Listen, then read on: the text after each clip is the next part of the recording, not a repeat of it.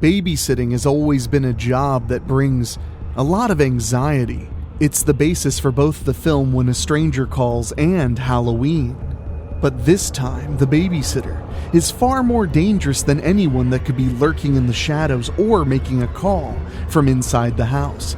Oh no, she's the angel of death. What's that? You want to be scared? Come with me.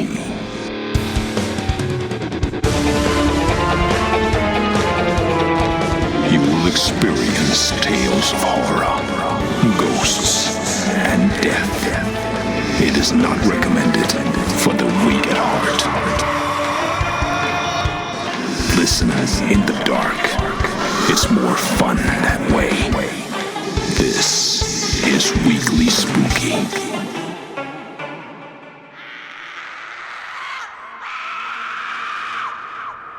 Hello, my friends. It's Wednesday, and you know what that means. It's time for a little spooky in your weekly. I'm your host and narrator, Henrik Kuto, and I'm so happy to see you 2 days after Halloween. Halloween time is a big to-do here at Weekly Spooky, and we released so many bonus episodes, extra shows, and more to entertain all of you. And I hope many of you have realized we do this 52 weeks out of the year. So if you need a little bit of Halloween every Wednesday, you've come to the right place. And while you're here, make sure that you're subscribed on your favorite podcast app.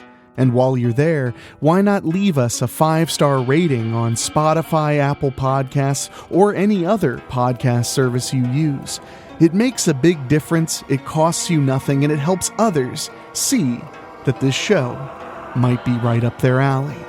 I want to say a giant thank you to all of you who've written in and subscribed and joined Patreon through October. My goodness, it was an incredible month, and I'm very, very tired. But it's Wednesday, my friends, and that means the spooky must happen.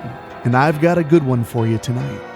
But before we get to that, I just want to say, if you want to support the show in a direct way and make sure we keep bringing the spooky for another 3 years and beyond, go to weeklyspooky.com and click on Patreon. For as little as $1 a month, you get bonus episodes, behind-the-scenes looks at what we're doing, and so much more. And of course, our undying gratitude. I really do appreciate it. But now, my friends, it sure is getting late. I think it's about time we start the story because, well, we don't want to go past your bedtime, do we? So let's listen to this story after a quick word from our sponsors.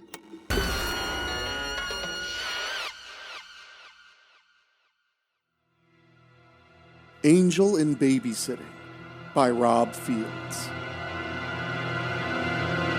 1 week ago. Raylan Smith had the pizza in her hands when she came back inside. "Are you sure you're okay with me babysitting tonight?" she asked Shelby Phillips, who was sitting on the couch playing video games with Douglas Kazmirak. "Why should I mind?" Shelby replied. "Well, we were supposed to have a double date tonight," Raylene said apologetically.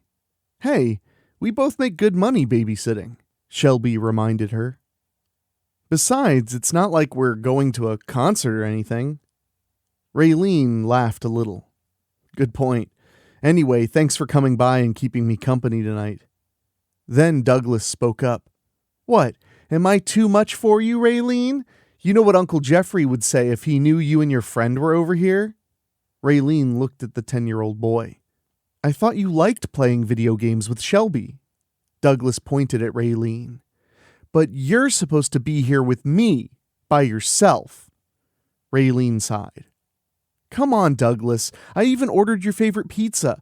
And you know Uncle Jeffrey said no pizza. It was that, or I tell him you're letting your friends hang out here at his house," he threatened.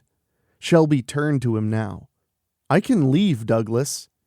"I just wanted the pizza," Douglas replied. "Don't worry, Raylene. I won't tell on you. I'll tell Uncle Jeffrey I ordered it when you weren't looking." Raylene raised an eyelid. Promise? Douglas smirked. Have I ever lied to you? I need to use the bathroom, Shelby said. I didn't get to shower after track practice. Raylene smiled. Go ahead, honey. You know where everything is. Shelby set her controller down. I'll be back in a few, Douglas. Then we can play some more football. All right, he cheered. As soon as Shelby disappeared up the stairs, Raylene took the pizza into the kitchen and put a few slices on a plate for Douglas. Just then, Raylene's phone rang. It was her boyfriend. She tried to send him to voicemail, but he called her right back. She answered it. She brought the pizza to Douglas. I've got to take this. I'll be back in a few. Before Douglas could say anything, Raylene was moving and was out the back door. She moved behind the garage and apologized again for canceling their date. Then the talk turned to scheduling a sexual rendezvous for later. Suddenly, she felt the knife plunging into her side, making her drop the smartphone. She hissed in pain as her attacker yanked the knife away. When she fell, the attacker got on top of her and stabbed her repeatedly until she was a very bloody and dead mess. The killer never bothered to address the smartphone with Raylene's boyfriend still on the other end. The killer turned and walked to the back door. The killer soon headed upstairs and found the bathroom door slightly open. The killer opened the door a little to see Shelby soaking in a bubble bath. She had her eyes closed and was moaning softly. She never heard the killer come into the bathroom, nor did she scream when her hair was grabbed and the knife brought across her throat. Blood quickly poured from Shelby's neck and into the bubble bath. The killer let go of her hair and let her sink into the mixture of lavender soap, water, and blood. Without another thought, the killer left the bathroom and headed back downstairs.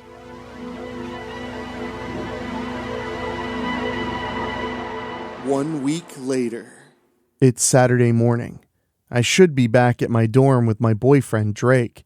We've gone well past the point to where he's just shadowing me as part of my college internship with the Strickfield PD. In fact, we began seeing each other a few months after he started shadowing me. Our relationship became more cemented after we finally started having sex, which was after our run-in with some vampires. This was almost 9 months ago. I got up earlier than I should have, not because I couldn't sleep. No, my bloodlust had become increasingly demanding as of late. In fact, this is the longest I've gone without taking a life. Recently, I found a lead and did my usual homework. Soon, I can satisfy my bloodlust. Those of you who have been following my exploits know who I am. For those uninitiated, my name is Reagan Devereaux. I'm the serial killer your society has labeled the Angel of Death. I destroy those who claim innocent lives. I've been called the good serial killer by people who are glad I'm out there. However, there are people who would see me arrested and locked up for the remainder of my days, or even given capital punishment. I've been claiming the lives of those who claim innocence because Mama taught me to be a good girl and that punishments are made to fit the crime. Mama doesn't know I'm the Angel of Death, and she's a high-profile detective for the North Ridgeway PD. Thankfully, I've never had to be concerned about Mama hunting me. My boyfriend, on the other hand, Detective Drake Kazmarak, requested to be transferred to Strickfield PD from Erie City upon deducing that the Angel of Death was located here. As it turned out, I claimed a woman named Annie Judge. She used to be someone special in Drake's life. He swore he would find me and bring me to justice. Drake is clearly looking for a man and doesn't realize I'm right under his nose. Perhaps those of you who follow me are thinking, maybe I'm toying with Drake. I'm not, I assure you. For me to toy with him, I would require the very emotions that nearly all of you feel. I only operate on physical feelings: instinct, hunger, thirst, sleep, cleanliness, sex. Especially sex. Over the years, I've been able to resist my sex drive, but the time came when I needed sex like I need victims. I needed a mate and sought one out. I thought I'd finally found one with Franklin Sloan, but certain unfortunate events caused him to end things with me. It was only a few days after New Year's when I met Drake, who showed immediate interest in me upon his arrival to Strickfield. He was more than happy to be my shadow as we worked cases together. Drake's a very good detective. Between the two of us, we've solved many, many cases together. The only reason I stay with Drake is because he's a truly good man. While I can't feel emotions, I can read his facial expressions and listen to the way he speaks. Through these, I learned that Drake had fallen in love with me. I often wish I could reciprocate his love, but I can't. I've never felt a single emotion since I was born. I can only pretend to reciprocate his feelings and be the best mate to him that I can be. Even though he's after the angel of death, I choose to remain with him and always have to stay many steps ahead of him. But I've gotten off track here. I said I was up earlier than I wanted to be. Right now, I have a Strickfield Academy science teacher strapped to my table. She reminds me of Annie Judge from back in North Ridgeway. She's not a sexual predator like Annie Judge, but she did deal heavily in drugs.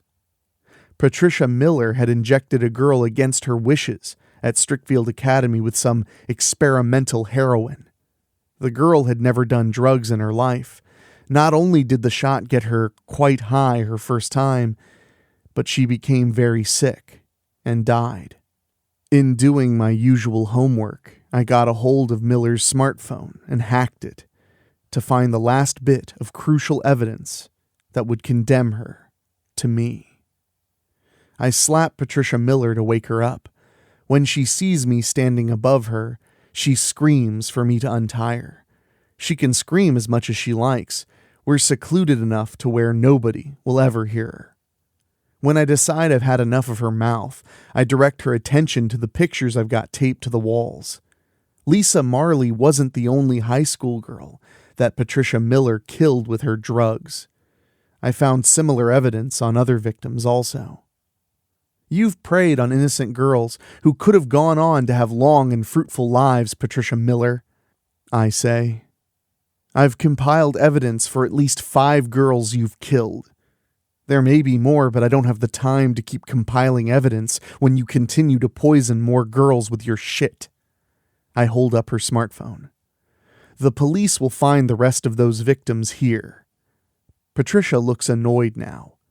Am I supposed to start crying and tell you how sorry I am? Do you have any idea how tired I was of seeing these little bitches getting everything handed to them on a silver platter? She gasps when I show her a series of syringes. You've got the pictures, you've got my phone, you've got those needles. What more do you need, you little bitch? It seems you don't understand, Patricia Miller, I reply. This is how justice will be administered to an unfeeling predator, such as yourself. There are 6 syringes here, all filled with the same experimental heroin you injected into those girls you destroyed. How many of these needles do you think it'll take before you are finally destroyed? She shows me she has emotions after all, when she shakes her head quickly and screams as she tries in vain to free herself. She reminds me of Annie Judge in doing this. Patricia Miller's death will be swift compared to Annie Judge. Patricia screams at the top of her lungs and makes one last valiant effort to free herself from my bungee cords. When she understands she's not going anywhere, she starts crying and begging me for her life. Unfortunately, I have no emotions for her to appeal to, though I again find myself conflicted. Part of me wants emotions to be able to reciprocate what Drake feels for me. Then again, I may be better off without emotions. A vast majority of my victims have been blessed with emotions, yet they've shown very little to none when they've destroyed the innocents who've come across them. It may seem I'm conveying empathy, though I can't feel any. Irony. I pick up the first syringe and push a little fluid out of the needle. And now, Patricia Miller, let the punishment fit the crime. She sobs as I hold her arm down and inject the heroin into her vein. Quickly, she starts showing me results. She doesn't cry so much now. In fact, she doesn't even know where she's at. I'm sure I administered more than she should have received. I wait a bit. When she doesn't die, I inject her with the second syringe. She really starts sweating before she screams and starts jerking on the table violently. After almost a minute, she finally stops. Forever. I check her pulse and confirm she's quite dead.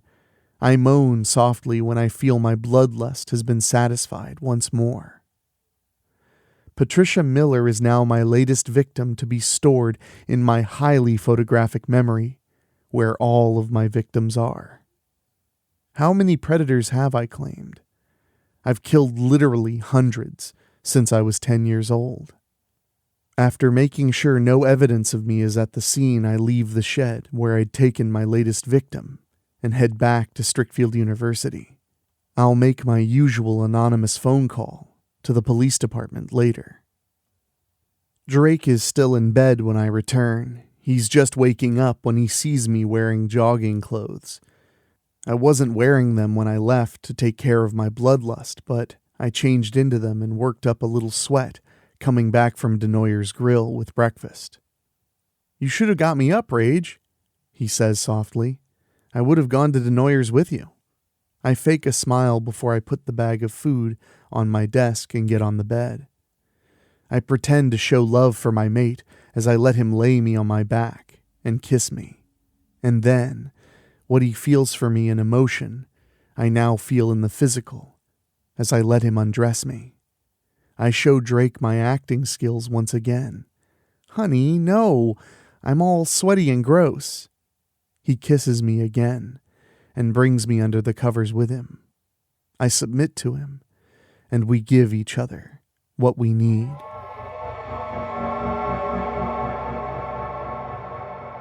Later that afternoon, Drake and I shower and leave my dorm. We stop by his apartment so he can get his wallet. When he brings me into his bedroom with him, I'm wondering if he wants to make love again. Then he regards me and eases his arm around my waist. "Move in with me, Rage," he says. Really? The truth is, I just didn't know how to respond to that. Ever since Drake and I started seeing each other and spending our nights together, I've never pressed so much as a single issue with him. I've observed how many things happen with couples and relationships. The only reason I've basically delegated everything to Drake is because of my lack of emotions.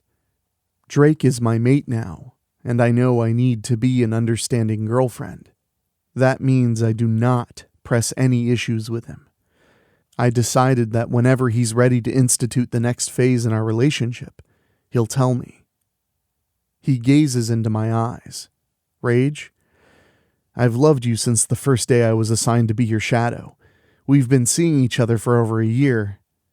Also, you're going to be graduating soon, and that means you'll have to leave the dorm and move to another place, so move in with me." He pecks my lips. "You don't have to decide right now. Take your time and think about it. Unless you think we're moving too fast." "No, not at all," I reply. "I don't think there's any set timetable for things like this. I guess I just wasn't expecting your invitation." Drake kisses me again. I kiss him back. I'm feeling we may be making love again shortly. It's then when his smartphone rings. The ringtone tells me it's his Uncle Jeffrey, who's the chief of Strickfield Police. He's the closest thing to a father figure that Drake had in his life for so many years. Drake became a police detective because of Uncle Jeffrey. As Drake talks to his uncle, I step away to give him privacy. Yeah, hold on a minute. Drake removes the phone from his ear and looks at me. Rage, Uncle Jeffrey needs to ask you a favor. He's wondering if you're free to babysit tonight. Again, I have no idea how to react. Drake has actually caught me off guard on many things. All I can do is agree to whatever he asks of me for the sake of us being together. Drake has been a very good man to me, and I want to be equally as good for him. Tell him I'll do it, I reply. Drake brings me to Jeffrey Kazmarak's house. I've never known where our police chief lived until now. The truth is, I've never really needed to know that information. As Drake and I are on the front porch, the door opens. Jeffrey comes out onto the porch and puts a fatherly hand on my shoulder. Thank you so much for agreeing to do this, especially on such short notice, Rage. As it turns out, the PD called me with a hot lead on this babysitter murder case. I'm gonna need Drake to come with me. I'm supposed to be watching Douglas tonight, but I can't get anybody else. His mother's out of town with her boyfriend, and I agreed to watch him. I fake a smile. Don't worry, sir, I've got this. Thank you. From the bottom of my old heart. Jeffrey is probably old enough to be my grandfather. On the other hand, Drake is 39, 17 years older than me, which makes him old enough to be my father. I'm 22. Drake takes my hand. You're gonna be okay, Rage. Uncle Jeffrey and I will be back as soon as we can. Then I see Douglas Kazmarak looking at me. He doesn't smile or look upset. He just looks blank. He doesn't even blink when Jeffrey tells him that I'll be babysitting him. Jeffrey waits for me to go into the house before he and Drake jump into his car and leave. I look at Douglas again and see his blank, emotionless stare. And then the serial killer in me begins to question things. Perhaps I'm reading into things I shouldn't, but I did say I was 10 years old myself when I started claiming predators. So, what would you like to do? I ask him. Douglas looks at me for a while longer before he turns and heads to the stairway. I follow him upstairs, keeping my distance. He goes into the room Jeffrey prepared for him and closes the door. I know I shouldn't invade his space, but I just can't stop thinking about his blank stare. I'm sure I was just as blank when I was starting out. I leave Douglas alone and go back downstairs. I look around the house to become more familiar with everything. Thanks to my photographic memory, I now know every room in the house aside from the guest room Douglas is in and the attic. I won't have any issues regarding babysitting, since I used to do it regularly during my teen years. I patiently wait to hear whether Douglas comes out of the room. Then, out of the corner of my eye, I see Douglas out in the backyard. He climbs the fence and starts moving. I quickly leave the house and go after him. I follow him discreetly until he leads me to a house. He finds a key under a plant and uses it to get inside. This must be where Douglas lives. I make my way to the back door and get inside. I don't see Douglas anywhere as I move quietly through the first floor. Then I move to the stairway and go up. When I nearly reach the top, I almost don't see the baseball bat coming at my head. I quickly duck and let the bat hit the wall beside me. Douglas steps back to take another swing. "God damn you!" Douglas yells as I easily sidestep him and relieve him of the bat. I've had a few problem children during my teenage years in babysitting, but they were mostly just mischievous. I did win their respect, and we got along great. Those kids came to love having me around when a babysitter was needed. I've never had anyone quite like Douglas here. Douglas points right at me. "You goddamn bitch!" Douglas turns and tries to escape downstairs, but I snatch him to me and hold on tight. He growls and tries to fight me, but he won't get away. It's time to question Douglas. 10 years old and you're a serial killer? How long have you been killing, little boy? You better just come clean with me because I'm the one person you won't be fooling. How? He stammers. How do I know? I consider my next words carefully. I work with the police. It's my job to make out serial killers. And you triggered so many red flags with me. Now talk to me. How long have you been killing? If you don't tell me, I have ways of finding out. Trying to kill me was a dead giveaway, and I'm the last person in the world you want to try to kill. Douglas continues to struggle against me as I lift him up and force him to his bedroom. I bring him inside and scan everything. His bedroom is as blank as a kid's room can be. I've seen many children's bedrooms, which are usually colorful and have personalized decorations. Not Douglas. He doesn't even have so much as a single poster. Then my eyes come across a vent where I see a box inside. Classic Dexter Morgan here. Still keeping hold of Douglas, I pull open the vent and take out the box. "Leave that alone!" Douglas yells. Then he strikes and bites my forearm. The way my brain is wired, I almost never feel pain. I don't feel the bite, but he does draw blood. I quickly put the box on the bed and take Douglas down to the floor. I sit on top of him and keep him pinned while I look in the box. He's got a journal and some telltale artifacts. I open the journal and start scanning. "Bitch," he growls underneath me. "You slut!" After scanning every entry, I confirm he's just like me. I know the connection to the mementos in the box. Douglas has actually killed other babysitters. Thinking about it, there were some missing persons reports filed with some of the girls' names in this journal. I know because I helped fill out a few of the reports for their distraught parents. Drake and Jeffrey are following a cold trail. My bloodlust is satisfied from this morning, but I feel it demanding that I claim Douglas. "That's all you babysitters are," Douglas yells. "Just a bunch of sluts." I look down at Douglas. When he sees how hot my eyes are glowing, he cowers in fear. No, get off me! Help! "You and I are about to have a nice little bonding experience," I say. "I'll teach you what it means to be a serial killer and cross me." I get off him and yank him to his feet.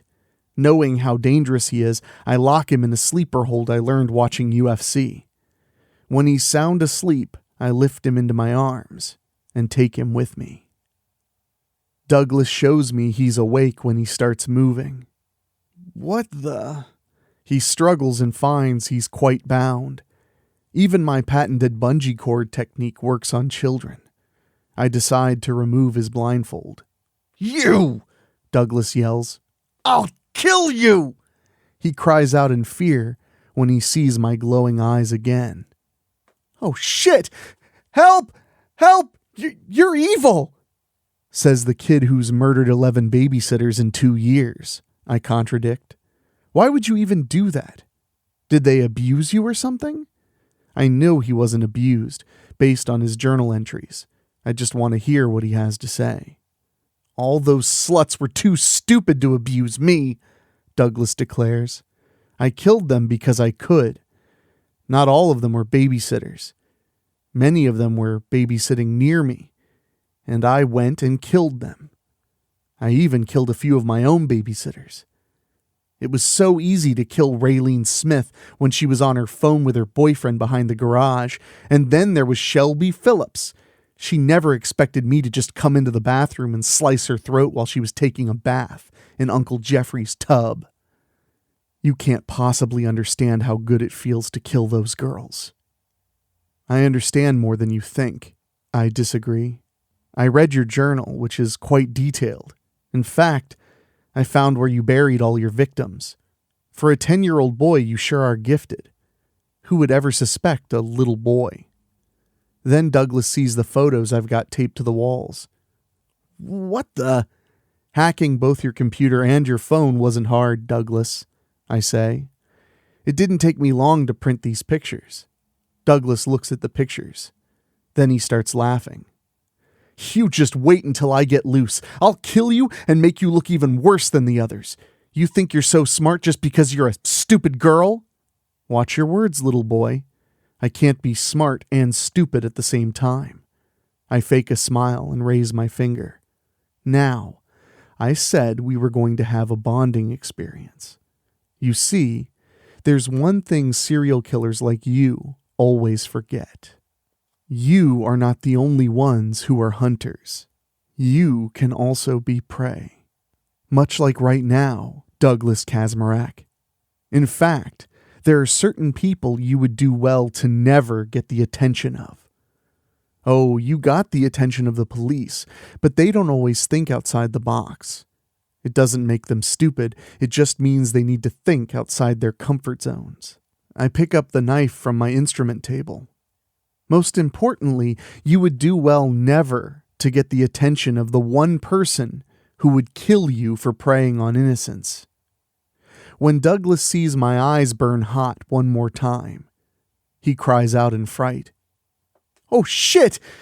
You're that one killer! You're the angel of death!" "You said it, not me," I murmur. "And what does the angel of death do exactly, Douglas?"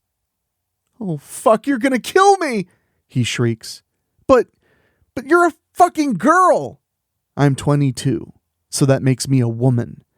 And now that we truly understand one another, I fake a sinister smirk as I raise my knife just above him. "Douglas Kazmarek, let the punishment fit the crime." Douglas screams as I slam the knife down hard and fast, making a huge impact. Drake and I are at his apartment a few days later.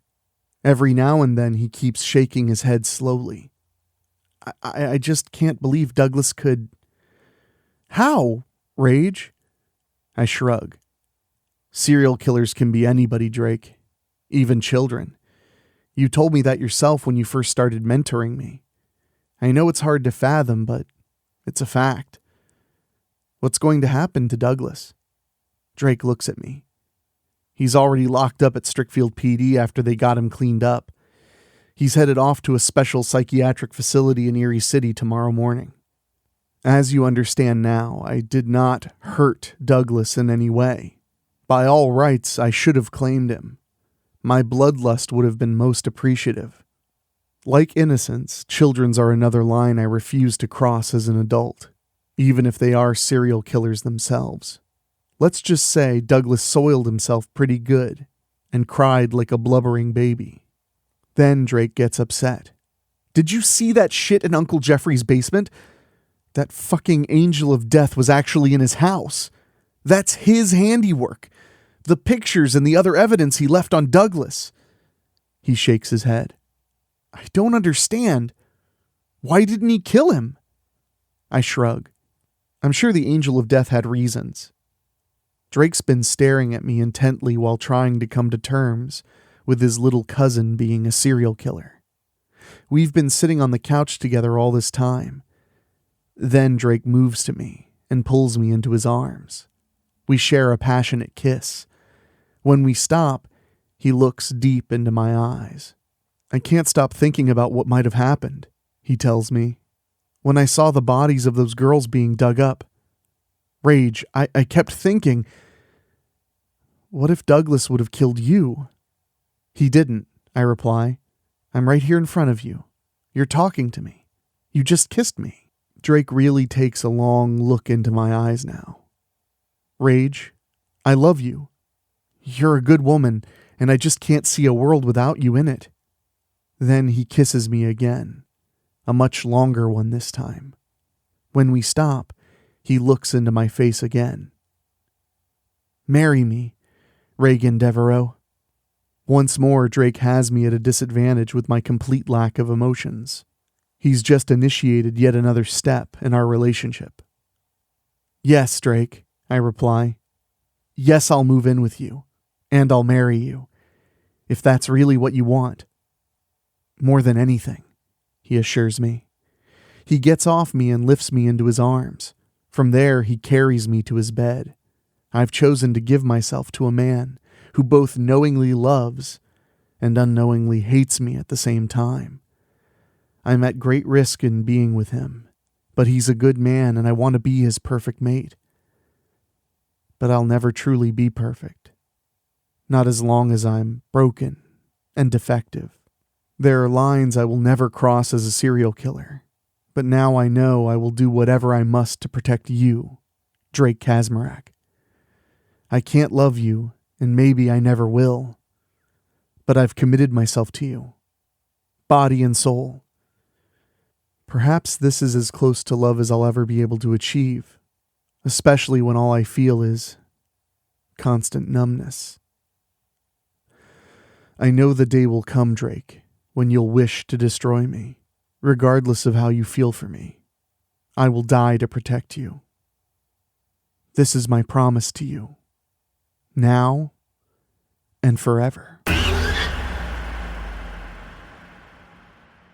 I must say, the Angel of Death saga sure is heating up, my friends, and it may be coming to a head sooner than you think, but that's the only tease I'm going to give you for now. You see, here at Weekly Spooky, we're always cooking up something you might not be expecting.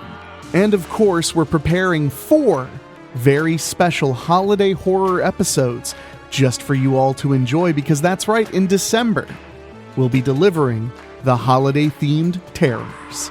Nothing makes me happier than a psycho Santa or evil Christmas toys on the loose, so be ready for a whole lot of good terror like that. And speaking of the holidays, I want to mention how thankful I am.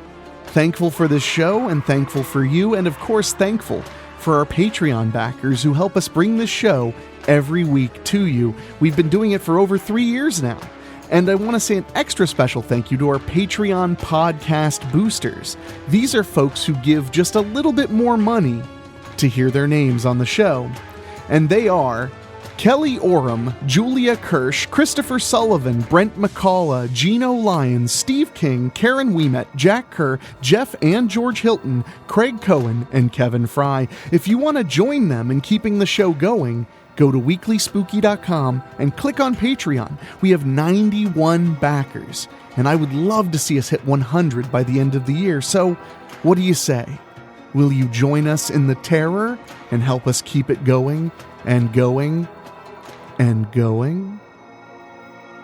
I sure hope so. But anyway, my friends, I'm going to take a much-needed rest before next week's terrifying and true releases on Monday, so please stay safe, don't eat too much leftover Halloween candy, but actually do whatever you want. And for myself, for my executive producer Rob Fields, my producer Dan Wilder, and my composer Ray Mattis, I will talk at you next time.